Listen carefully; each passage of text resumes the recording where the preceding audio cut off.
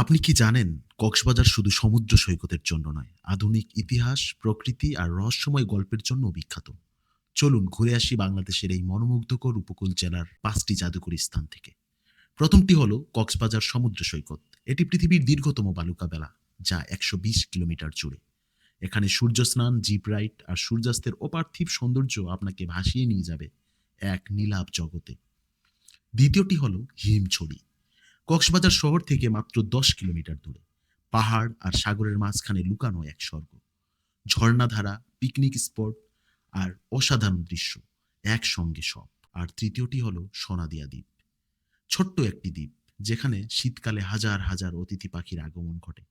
এটি শুধু পাখির স্বর্গরাজ্য নয়, বরং শুটকি রপ্তানিরও বড় একটি ঘাঁটি। আর চতুর্থটি কুতুবদিয়া বাতিঘর।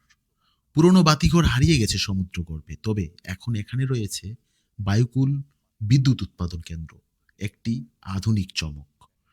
সর্বশেষ পঞ্চমটি শাহপরীর দ্বীপ, একটা দ্বীপ যার নামকরণ ঘিরে রয়েছে ইতিহাস আর কিংবদন্তি।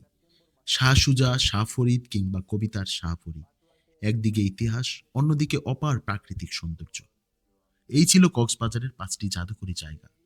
এছাড়াও সেখানে আরো সৌন্দর্যমণ্ডিত অনেক জায়গা রয়েছে, যা একবার নয়, বারবার আপনাকে টানবে।